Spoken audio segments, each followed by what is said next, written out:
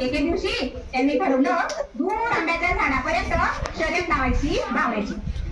तसा बोलला, मी काय शर्यत जिंकून घेईन, मी खूप जोरात पडतो. मग कासव बोलला, आपण बघून घेऊ. शर्यत सुरू होते. तसा उड्या मारत मारत पुढे जातो. उड्या मारत मारत मारत पुढे जातो आणि कासव हळूहळू चालतो.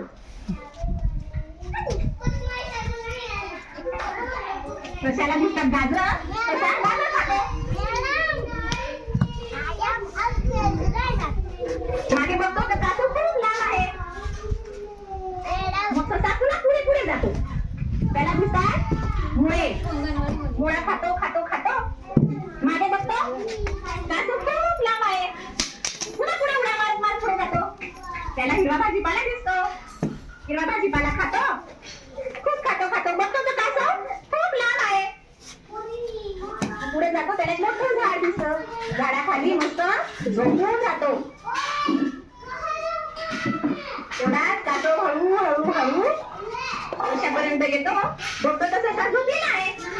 कासव त्याला न उठवता हळू हळू पुढे जातो. पुढे जात जात आंब्याच्या झाडापर्यंत जातो आणि शर्यत जिंकतो. ते तो त्याला जाग येते. कसा उठतो, बघतो तर कासव लांबच आहे. त्याला वाटतं मग तसा पुन्हा उड्या मारत मारत पुढे पुढे जातो. पुढे पुढे जातो. आंब्याच्या झाडापर्यंत गेल्यानंतर बघतो तर नाही, कासव शर्यत जिंकलेला आहे. तसा लागतो रडायला. मग कासव म्हणतो, रडू नको रडू नको रडू नको. असा गर्व करायचा नाही. मी हळूहळू चाललो तरी शर्यत जिंकून गेलो.